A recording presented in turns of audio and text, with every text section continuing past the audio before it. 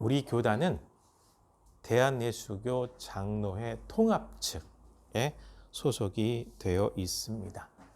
특별히 이제 장로교라고 되어 있는데 교회 행정의 중심이 장로이기 때문에 그렇습니다. 그래서 말씀을 가르치고 목회를 하는 장로를 목사라고 하죠. 그 다음에 목사와 함께 더불어서 교회 행정을 전체적으로 주관하고 관리하는 그런 직분을 바로 장로라고 이야기를 하죠. 그리고 목회하는 목회자와 장로가 합해져 있는 교회를 이제 교회를 조직교회라고 이야기를 해요. 그리고 조직교회 가장 이제 그 책임자들이 모인 의결기구가 당회가 되고, 그래서 이제 담임 목사를 당회장이라고 부르기도 하죠. 그런데 한편으로 목사는 목회를 하는 사람이기도 하지만 선생입니다.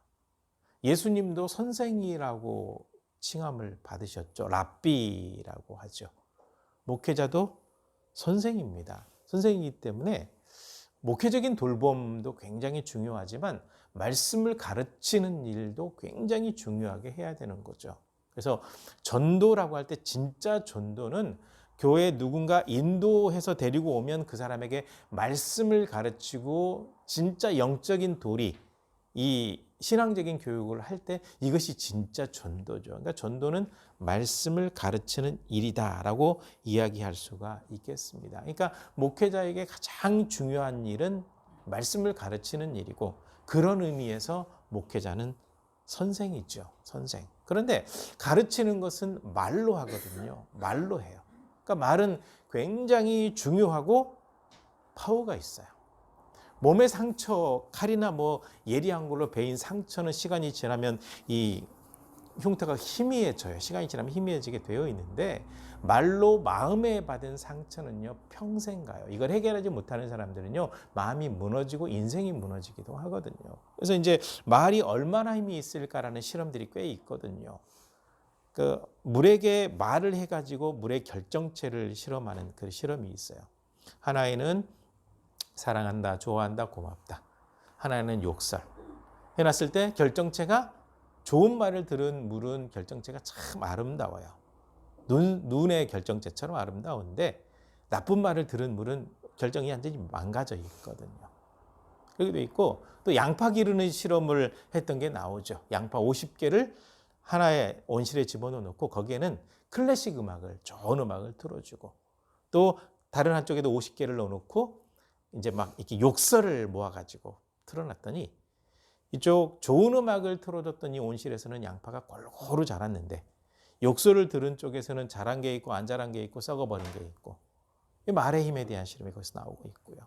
그 다음에 이제 밥을 가지고 했던 실험이 있고, 그 다음에 좋은 말을 할 때 나오는 침의 침전물, 나쁜 말을 할 때 나오는 침의 침전물 확인을 해봤더니, 좋은 말하는 쪽에는 독성이 없지만 나쁜 말을 하는 그 상황에서 나온 그 침에는 독이 담겨 있다라고 하는 그런 실험들도 있거든요. 그러니까 말의 힘이 얼마나 센가라는 것을 실험을 해봤을 때 말이라고 하는 것은 굉장히 중요하죠. 특별히 말로 가르치는 일을 하는 선생된 사람, 목회자인 사람의 말 한마디는 더 중요하더라는 말이죠. 그래서 이 말씀을 기록한 야고보는 그런 얘기를 하고 있는 겁니다. 선생 되지 마라. 선생된 사람이 더 심하게 심판을 받는다라고 얘기를 할 때, 선생된 모든 사람들이 심판을 받는다라는 것이 아니라, 선생이 되어서 말로 잘못 가르치고 잘못된 길로 가게 한다든지 마음을 상하게 했을 때에는 하나님의 진노하심이 있다라는 거죠. 그러니까 엄밀히 따지면 특별히 가르치는 사람, 영적 진리를 선포하는 사람은 특별히 더 말 조심해야 된다, 입 조심해야 된다라는 것을 분명히 이야기하고 있는 겁니다. 목회자는요, 말하고 선포한 것에 대해서 책임을 져야 돼요. 일반 성도도 마찬가지입니다. 항상 자기 말에 책임질 자세가 되어 있어야 되고, 악한 말은 안 하는 것이 가장 좋아요. 분노가 올라오면 나도 모르게 막 욕이 튀어나오기도 해요. 저도 그런 경험이 있으니까요. 근데 순간순간 그런 상황은 올 수가 있지만, 가능하면 피해가는 것이 필요하고 안 하는 것이 필요하고, 혹시 그랬을 때에는 회개하고 돌이키고 반성하는 것이 굉장히 중요합니다. 그래서 말조심하는 것은 우리가 굉장히 중요하게 얘기해야 될 것 같습니다.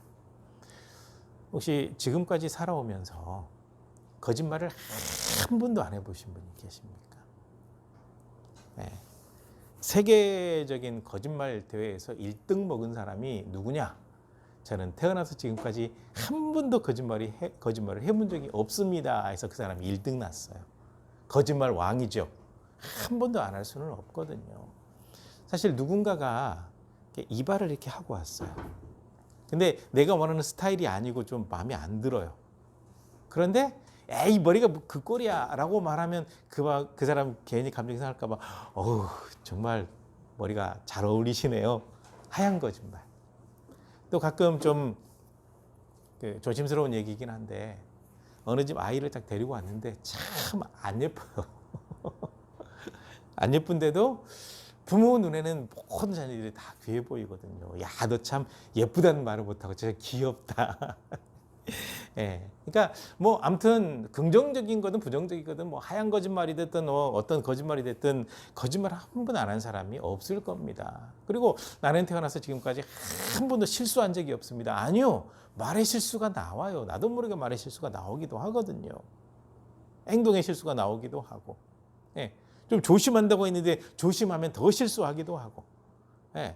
특히 이제 시험 볼 때 그런 일이 있고 실기 테스트 할 때 그런 일이 있고 예, 저도 이제 설교의 실제에서는요, 설교를 실제로 하면서 이제 테스트를 받아요. 그러니까 제가 고등학교 때 이제 그 중학교 3학년 때부터 아동부 교사를 시작했으니까 그때 뭐 돌아가면서 설교를 하니까 그때 아동부 설교도 했고 꽤 많은 설교를 해왔는데 설교를 가르치는 교수님 앞에서 설교 실제를 하는데 시간도 오버되고 뭐 높낮이도 안 되고 엉터리가 됐어요. 예. 그러니까 실수를 안 하려고 하면 더 실수를 하죠. 그러니까 실수를 한 번도 안 한 사람은 아마 거의 없을 겁니다. 그런데 모든 실수들 가운데 가장 치명적인 실수가 뭐냐면 말의 실수입니다. 말의 실수. 굉장히 위험한 실수가 되죠. 한 번 내뱉어 버린 말은 주워 담을 수도 없어요. 그래서 어떤 사람들은 자기가 실컷 얘기해놓고도 절대로 얘기를 안 했다 그러는 거예요. 녹음해놓거나 녹화 안 했기 때문에 알 수가 없죠. 안 했다는 거예요. 사람 미치고 팔짝 뛸 노릇입니다. 네.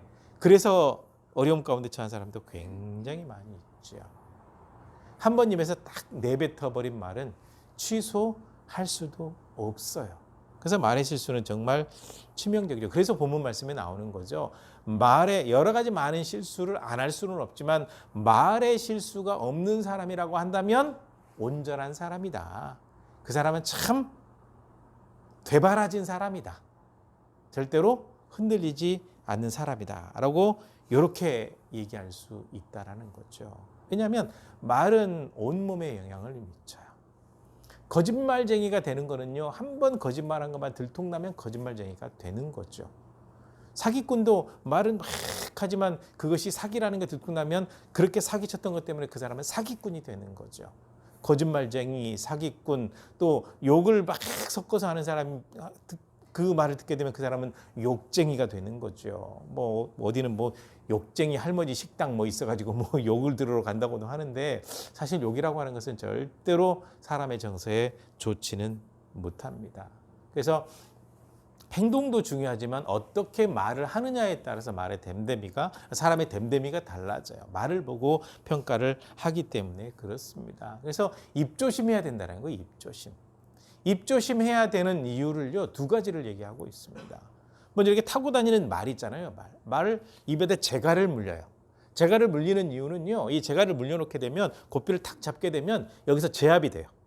그러니까 말을 좌로든 우로든 앞으로 달리게 하든 마음대로 조정할 수가 있거든요.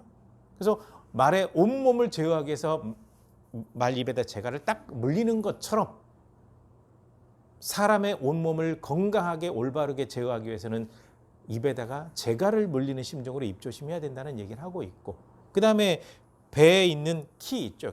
배 조종하는 걸 운전대를 키라고 얘기하거든요. 엄청나게 큰 배가 키가 클 것 같은데 조그만해요. 그걸 가지고 선장이 이렇게 움직이게 되면 배 전체를 제어할 수 있거든요. 강력한 폭풍우가 몰려왔어도 이 작은 걸로 조정해가지고 폭풍우에서 배를 견디도록 만드는 거거든요. 작은 키가 배 전체를 좌우지하는 것처럼 우리 가운데 있는 이 작은 혀가 우리 몸 전체를 좌우지할 수 있기 때문에 제어하는 것이 굉장히 중요하고 조심하는 것이 정말로 중요하다라는 거죠. 그래서 이제 뒤에 내용은 혀를 왜 단속 잘해야 되는지 그 이유를 설명을 해주고 있습니다. 첫째는요, 혀는 아주 작지만 강하기 때문에 조심하고 관리를 잘해야 된다라는 거예요. 그 본문에서 혀를 불이라고 얘기하고 있거든요. 불. 그 잠언에도 나오지만요, 만족하지 못하는 것들이 있어요. 만족하지 못하는 것들이 있는데 그 중에 불이 나와요. 그러니까 불에다가 지구 전체에 있는 나무를 갖다 주면 야 너무 많아 못 태우겠어 라고 그게 하는 게 아니라 아무리 많은 걸 갖다 줘도 불은 싹 태워버릴 수 있다는 거죠. 엄청나게 강하다라는 거예요. 작은 불씨가 온 산을 태운다라는 속담이 있을 정도로 불은 그 어떠한 것도 만족하지 못해요. 그런데 우리의 혀가 이 불이라는 거예요. 불. 즉 뭐냐면요, 이 독소를 내뿜기 시작하게 되면 이거 멈춰지지 않아요. 계속 독소를 내뿜게 됩니다. 분노해서 확 화를 내는 사람들이요, 계속해서 폭주하게 돼 있어요. 점점점 강해져요. 그렇기 때문에 혀는 불과 같다. 한번 일어나서 확 타기 시작하면 걷잡을 수가 없거든요. 특히 다른 사람 흉보는 거요, 참 달콤하거든요. 다른 사람 흉보는 거 서로 주고받고 하면서 한 사람을 그냥 그 가십거리로 작은 씹어요. 이거 굉장히 재밌죠. 그런데 보이지 않는 그 사람에게 문제가 생기는 게 아니라 그렇게 열심히 씹는다고 하죠. 그러는 사람들의 심리에도 굉장히 좋지 않은 영향을 미치게 되어 있어요. 불이 확 타오르게 되거든요. 점점점 강해져요. 그래서 굉장히 위험하다는 겁니다.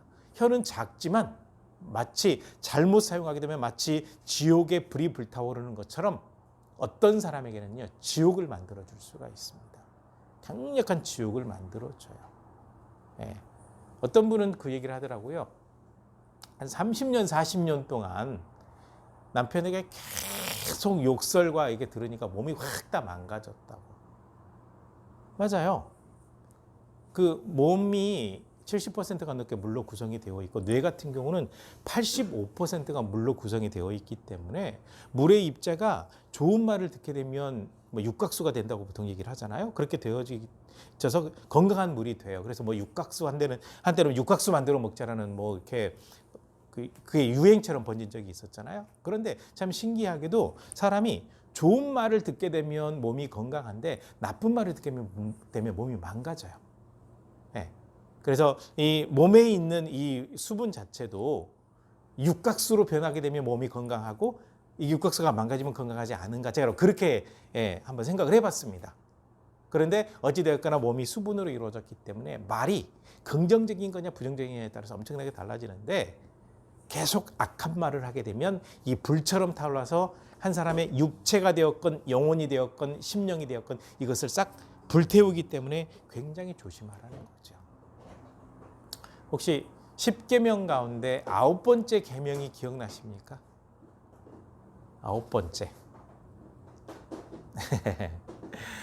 제가 지난번에 한번 설명을 한번 해준 적이 있는데 아홉 구자는 한자 입구자로 생각하시면 돼요. 입으로 거짓 증언하지 마라.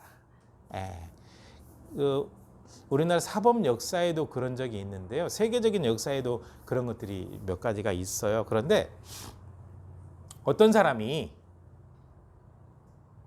범죄자로 이렇게 이제 의심을 받아서 잡혔어요.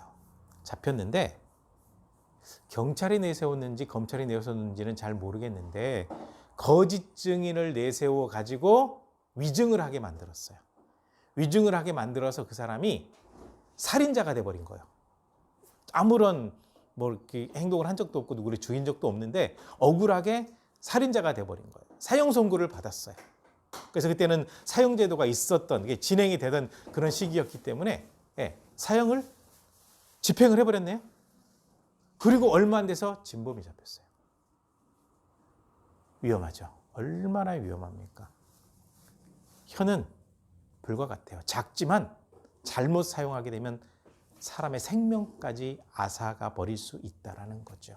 그런 일이 벌어져요. 혀는 작지만 강하기 때문에 단속을 잘 해야 되고, 그다음에 두 번째로 혀는 길들이기가 참 어렵습니다. 길들이기가 어려워요. 수많은 짐승들은 다 길들여가지고 공연을 하거든요. 동물, 새, 심지어는 바다에 사는 물고기, 작은 곤충도 조련한다고 하죠. 길들이는 게 가능해요. 그런데 혀는 능히 길들일 수 있는 사람이 하나도 없습니다. 왜냐하면요, 이 혀는요, 혀 끝에 감정이 반영이 돼요. 감정이. 그래서 즐거운 상황이 되면 노래가 나오고 뭐 좋은 소리가 나오고 고맙다는 얘기가 나오는데, 조금만 내 마음에 뒤틀린 것이 있게 되면 그때부터 모든 것이 불평불만이에요. 심지어는 의자가 똑바로 있는 것도 기분이 나빠져요. 감정이 상하게 되니까. 그래서 좋은 말이 나가지 않는 거죠. 그래서 사람이 감정 컨트롤을 제대로 할 수 있냐, 100% 감정 컨트롤 할 수 있는 사람이 없어요. 그래서 잠언 4장 23절에 다른 그 무엇보다도 마음을 잘 지켜라. 거기가 생명의 근원이다라고 하고 있거든요. 이 마음이 뭐냐? 사실은 뇌에서 작동되는 그 감정의 포인트거든요. 그러니까 혀를 길들이기 어려운 이유 가운데 하나가 내 감정조차 내가 컨트롤하기 어렵기 때문에 그래요. 그래서 항상 언제든지 말조심하는 것이 굉장히 중요하고, 말조심하기 위해서는요, 혀를 길들일 수 없기 때문에 무엇을 길들여야 되냐면 부정적인 생각, 부정적인 평가, 또 부정적으로 뭔가를 적용하는 일들을 중단해야 돼요. 가끔 이렇게 대화를 나누다 보면 어떤 사람들이 목소리가 꽤 커요. 큰 사람이 있어요. 그러면 저 사람이 나를 화를 내네? 나에게 화내네? 나 때문에 기분 나쁜 건가? 저 사람 때문에 기분이 나쁘네? 이거 부정적인 해석이거든요. 그런데 그 사람이 왜 목소리가 클까? 다른 데서 화가 났을 수도 있고, 원래 목소리가 클 수가 있고, 그러면 그 사람이 왜 그랬는지를 알아버리게 되면 부정적인 해석으로 흘러가지 않는데, 그거는 내팽겨쳐두고 내 안에 소리를 지르는 사람은 화를 내는 사람, 저 따위로 말을 하는 사람은 나를 무시하는 사람, 이렇게 내 안에 해석을 하게 되면 감정 컨트롤이 안 돼요. 그렇기 때문에 다른 사람의 행동에 대해서 부정적인 평가나 생각을 하기 전에 긍정적으로 바꾸는 것도 필요하고, 저 사람은 원래 조금 목소리가 큰가 보다. 다른 데서 화가 났는데 뭐 감정이 컨트롤이 안 됐나 보다. 이걸 해야 되는데, 그렇지 않고 마이너스적인 해석을 하다 보니까 감정으로 이어져서 나쁜 말 하게 돼요. 저 사람 맨날 화를 내는 사람이야. 저 사람은 나를 무시하는 사람이야. 이렇게 말이 나가버리게 되거든요. 때문에 감정을 관리하는 것이 참 중요합니다. 혀는 길들이기 참 어렵죠. 그런데 본문 말씀에 독특한 표현이 나와요. 사망의 독이 거기 있다. 사망의 독이. 그래서 어떤 사람들이 또 실험을 했어요. 어떤 실험을 했냐? 고맙습니다, 감사합니다, 사랑합니다 라고 말하는 사람의 침을 모았어요. 그리고 욕하고 화내는 사람의 침을 모았어요. 그래가지고 침전물을 만들었는데, 그 좋은 말 했던 사람의 이 침전물에서는요, 독이 안 나왔어요. 그런데 막 악한 말을 했던 사람들 그 침을 모아서 만든 것에는 침전물에서 독이 나왔는데, 요거를 실험용 동물에 주입을 했더니 그 자리에서 죽어버린 거예요. 그래서 하나님의 말씀이 약간 말도 안 되는 얘기다라고 보통 얘기하는데, 이 말씀 하나하나도 허투루 지나가지 않고도 실험하는 사람들이 있거든요. 그러니까 사람의 말 속에 사람을 죽이는 독이 있다. 사막의 독이 있다는 말이 맞아요. 바로 그렇기 때문에 혀는 능히 길들일 수 없고 감정을 반영하고 거기에 사망의 독이 있기 때문에 말 조심하는 것이 굉장히 중요하다는 거죠. 죽이는 독이 되어버리기 때문에 그렇습니다. 그래서 다윗은 시편 141편에 보게 되면요, 하나님, 제 입술에 파수꾼을 세워주셔서 제 입술을 좀 지켜주십시오. 제가 말을 함부로 하지 않도록 천사를 보내셔가지고 제 입술을 좀 지켜주셨으면 좋겠습니다. 우리에게 필요한 기도가 바로 이런 기도죠. 우리가 그런 마음을 가지고 있어야 혀를 함부로 사용하지 않을 수 있다는 거죠. 그 다음에 세 번째로 자칫 잘못하게 되면 혀를 양극단으로 사용할 수 있기 때문에 조심해야 된다는 겁니다. 신앙인들이 입술로 하나님을 찬양하고 예배해요. 그 입술 가지고 하나님의 형상 닮은 사람들을 저주하거든요. 찬송과 저주를 하고 있단 말이에요. 그래서 이것은 굉장히 위험하다라는 겁니다. 샘의 비유를 하고 있죠. 어디에 샘이 있는데 우물물이 있는데 거기서 뭐 쓴물이 나오는 그 샘은 계속 쓴물만 나오지 쓴물하고 좋은 물 번갈아서 나오는 샘은 없거든요. 실제로 여리고 샘물이 굉장히 좀 나쁜 샘물이었습니다. 엘리사 선지자 때 여리고 샘물이 어느 정도 나빴냐면 그 물을 갖다가 이제 과일나무나 이렇게 채소 식물에 뿌리게 되면 과일이 열매를 제대로 익히지도 못한 상태에서 다 열매가 떨어져 버리는 거예요. 결실을 맺지를 못해요. 그래가지고 여리고에 사는 사람들이 엘리사 선지자를 찾아가서 선지자님 큰일 났습니다. 저 물이 너무 악해서 우리가 열매를 거둘 수도 없고 좋은 것을 거둬들일 수가 없습니다. 라고 할 때 이 엘리사 선지자가 물 근원을 치료를 했어요. 그래서 쓴물을 내던 그 물이 바뀌어서 이제 결실 맺게 하는 물로 완전히 바뀌어버리게 돼요. 그 이후로는 여리고 땅에 있는 수많은 과일나무들이 열매를 잘 맺게 돼요. 근원을 치료했기 때문에. 그러니까 만약에 여리고 물이 치료했는데 잠시 좋은 물이 나오다가 또 나쁜 물이 나왔다고 한다면 여리고는 계속해서 문제가 발생했겠죠. 치료가 된 거죠. 그러면서 여기서 이야기하고 있는 겁니다. 같은 샘에서 쓴물과 단물을 어찌 낼 수 있겠느냐. 이거는 잘못된 거라는 거죠. 특히 신앙인들이 하나님 앞에 찬양하고 감사하고 기도했던 입술로 다른 사람을 흉보고 저주하고 교회 욕하고 누군가 그 얘기 하더라고요. 교회 욕하고 있는 사람은 귀신이 잡아간다고. 신천지 귀신이 잡아간다고. 실제로 신천지 귀신에 잡혀간 사람들 많아요. 그런 사람들 가운데 교회 욕하고 비난하는 사람들이 굉장히 제가 아는 사람들도 있어요. 네.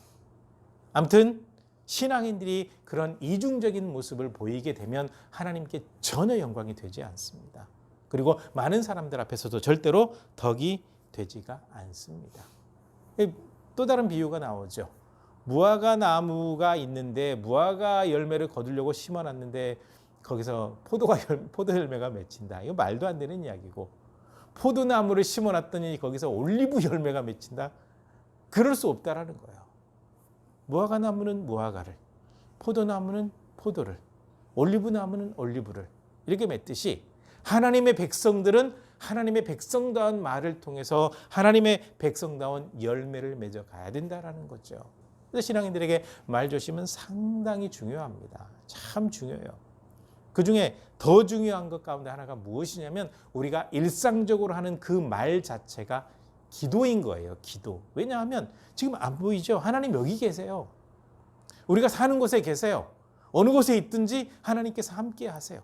그래서 무엇을 하든지 기도하고 무엇을 하든지 하나님께 맡기고 말을 할 때는 긍정적인 말을 하고 이왕이면 하나님께서 돕기를 원하는 마음으로 말을 꺼내고 하는 것이 정말 중요하다라는 거예요. 작지만 혀는 작지만 영향력이 굉장히 커요.